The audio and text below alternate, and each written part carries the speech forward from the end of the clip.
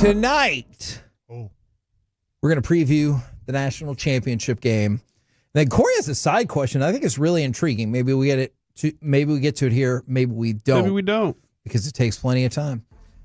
Ohio State and Notre Dame. I know the point spread, and we talked about this last week, Carter. We bring in Carter Freemon, as always, to talk all things college football, is overwhelmingly in Ohio State's favor. And you know how this goes, Carter. I'm not saying it's right, not saying it's fair. But people are like, I've seen Notre Dame in this situation before, and I've seen them lose by 1 million points. They're underdog heavily tonight. They're going to lose by 1 million points. That ignores any number of variables, but I know that thought is out there. Do you look at this as a foregone conclusion this evening, or not so fast, my friend? I think Ohio State's going to win. I think bottom line, I do think they're the better team. I think they've looked like the better team throughout the CFP. But to just say that they're just going to run by Notre Dame, I think is silly. And they have that history, but just the way Notre Dame has won throughout the playoff has impressed me to the point where I think they can hang with just about anybody from, manhandling Indiana. Manhandling Georgia was really impressive to me, even though they had the backup quarterback. And then getting down by double digits to Penn State and coming back to win that game. They've won in several different ways, so I don't see why they can't compete. And you saw some things that Texas did to slow Ohio State down, like when they held Jeremiah Smith, Ohio State's stud receiver, to 1 catch for 3 yards. It helps that Ohio State has Emeka Egbuka and Carnell Tate, a ton of other weapons to go to, but they found ways to bracket some of Ohio State's best players. So I think Notre Dame can learn from that tonight. Okay, and that was actually the direction I was going to go and kind of expand on. What is there I know you were just kind of talking about it. Is there another clear spot or positional advantage where you're like, hey, this doesn't mean they're going to win the game, but I think Notre Dame has a clear advantage in this specific aspect of the game? Well, Notre Dame, I think they rely more on their running backs than Ohio State does. Ohio State can spread the ball around a lot more, and I don't know what the Mavs just did, but something about it just really bothered Mike. So yeah. By the way, the Mavericks stupid pass from Klay Thompson. Just lay the ball up. And it turned into points for into 3. Is that going to be a 4-point play? Well, the Mavericks were up by 9. Now it's over. In a middle-of-the-day Monday holiday game against the Hornets, and Mike is the commentary is overflowing over here. I can see how distracting this is. Back to you, Carter.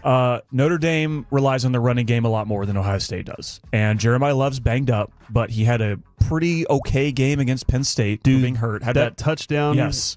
I watched that in slow-mo with Madonna's when you call my name, whatever, like a prayer. Like a prayer. Oh, yeah. I watched it in slow-mo the other day, and it was one of the greatest runs I've ever seen in my life. 13 different times this dude should have been tackled, and somehow his feet were able to make the right move, the right step to get to the right place. That was an insane run, and that's what I'm basing all this on tonight. That one run is where I'm putting. Wow. He's going to do that every time, is what my mind keeps telling me. Although I know what Ohio State is. They are a complete team. Okay, so let's talk about that. Historically, once again, we go back to this. This is the third highest championship line that we've seen. The other 2 games, they got out of hand very quickly. If, I tell you, this game is going to end with it getting out of hand reasonably quickly, why? It's going to be a lot like the Oregon Ohio State game, the Rose Bowl, where I don't think Oregon was completely prepared for what they were going up against. And I don't see that happening. I think this Notre Dame team is a lot more disciplined, and they've had, more time, more games to go through and realize, who's been hurt, who needs to step up.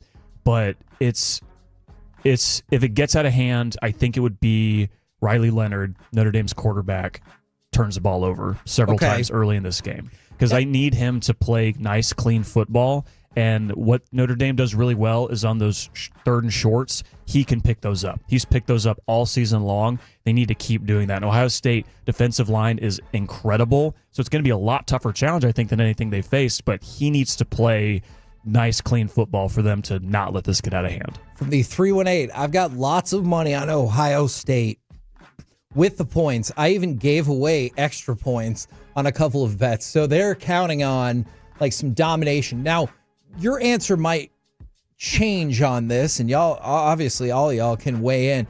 Let's say Ohio State, which, they're favored for a reason. Maybe they win by a little, maybe they win by a lot, and that changes your answer.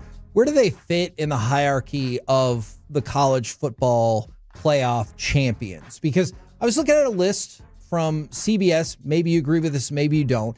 They got 2020 Alabama at the top of the list, 2019 LSU second. I would flip those. I know people love that but team. I love that 2020 Bama team, though. And then 2018 Clemson at 15-0 as their top three teams. Now, I realize Ohio State is not undefeated, and of course, neither is Notre Dame.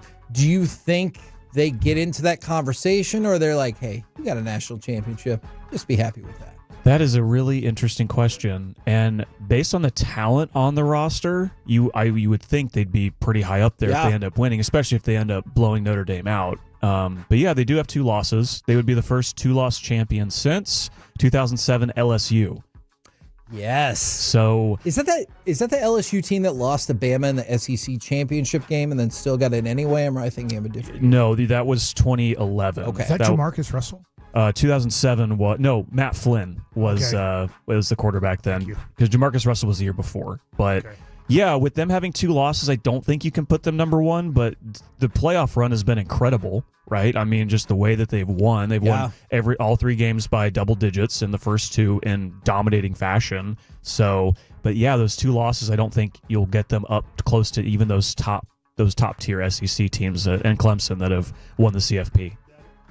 I got him third, Kevin. That's where I have him at the moment, is third. Who's your first? Are your first 2 the same? Yeah, the 2020-2021 Alabama team. Okay. And then the 2019-2020 LSU. Which one do you is in that order? 2. Is Alabama first? Alabama won. And last 2 years ago, Georgia, that was a phenomenal team. Yeah.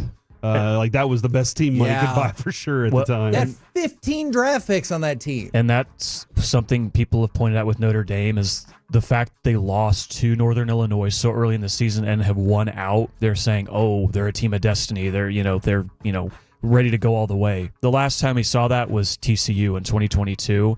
That didn't end well.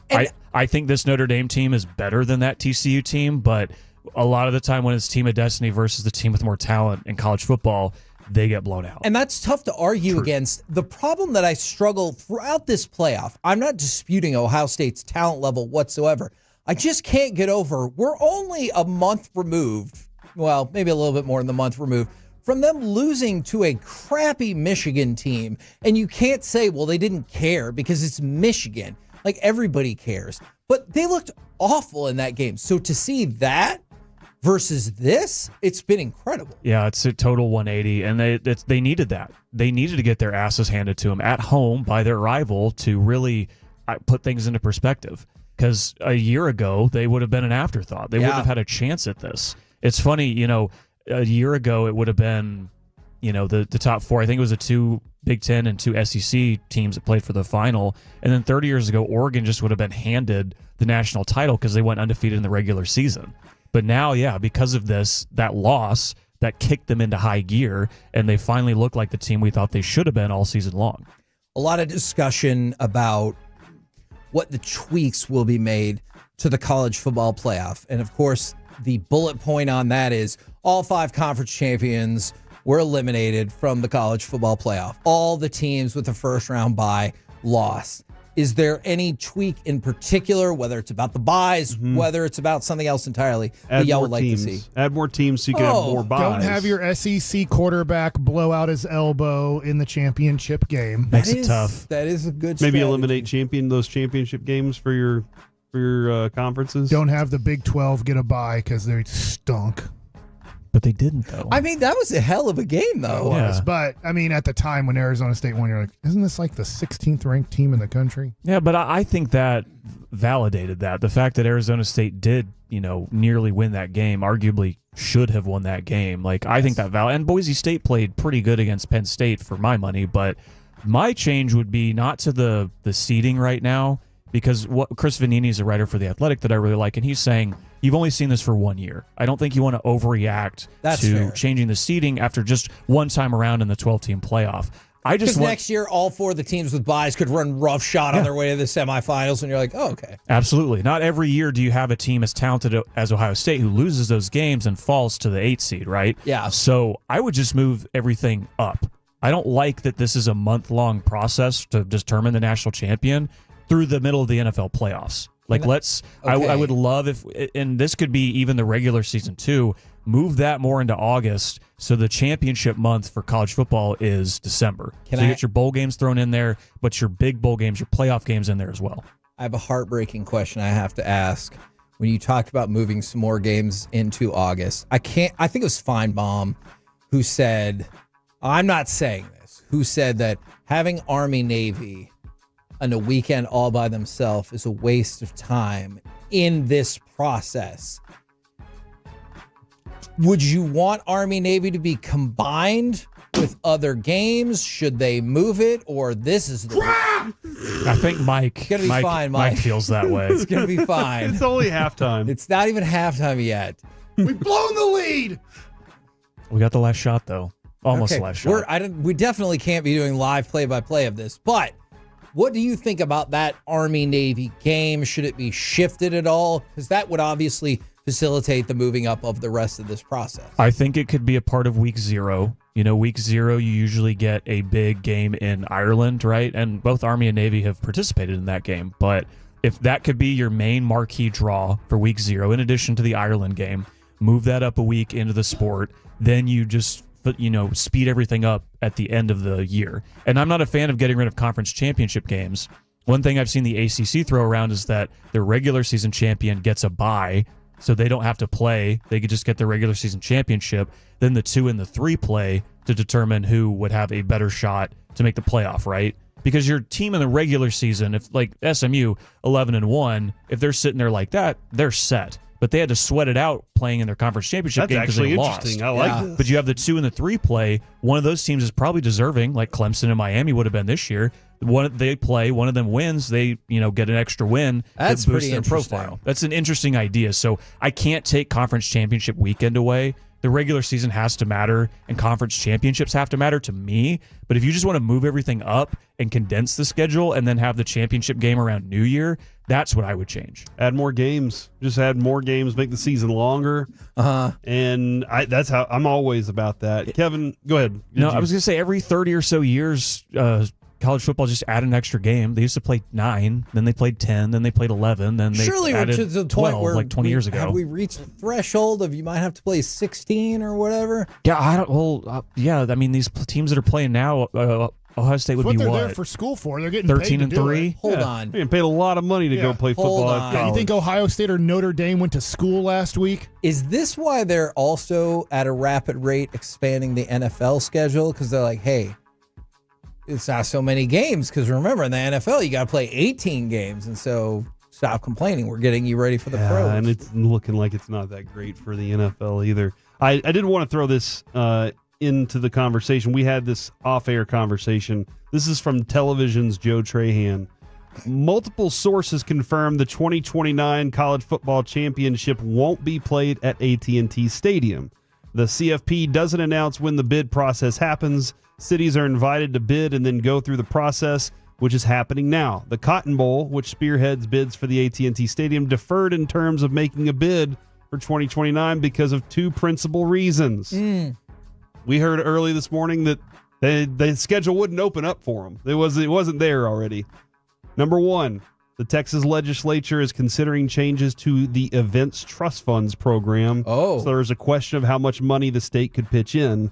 And then that number does sound 2, serious, actually. there's no certainty if the Kay Bailey Hutchinson Convention Center in Dallas would be finished in time for the 2029 game. So it's not because we're getting the Super Bowl? It's not necessarily. I was talking to Alec earlier, and he had an interesting point. He thought that the Olympics might not be able to be held in L.A. in 2028, and that if they have to move things because of these wildfires, But they might move the timing of they it could as move well? something here, yeah. Oh, man.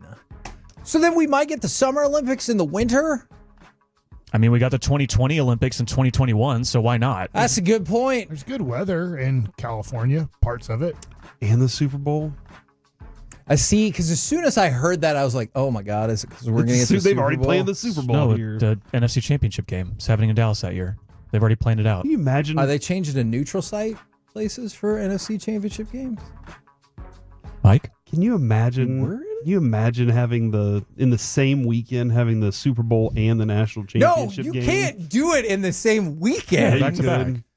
Yeah, back to back. Okay, just not in the same stadium. I feel like probably takes. They changed the grass out. Yeah. Don't you think the Super Bowl and the national championship is a little bit different? No, it's a football game. You just combo them together. Are you All on the suggesting same having ticket. one at AT&T and one at Allen High School? Is that what you're Not. suggesting? Ooh, Oh, man, if you had Super Bowl 60 brought to you at Eagle Stadium, that would be just the most amazing thing. Jerry's I've like, ever I seen. bought this piece of land up in Allen. This Does Division II Allen have the championship best games high there. school field? Yeah, or don't think McKinney they and have to. Prosper's stepping up. Okay, in the DFW area. I don't know down in like the Houston area if anything's any better, but Corey, I'm going to Mid. need you to fix this from the 682. Notre Dame's going to win by 4. I was listening, but I've sent 4 texts, and you haven't read any of them, and it hurt my feelings. he's reading this one. So they're back in, right? Yeah. Awesome. Thank you very much, Carter. We'll catch up with you again tomorrow. Yep, let's do it.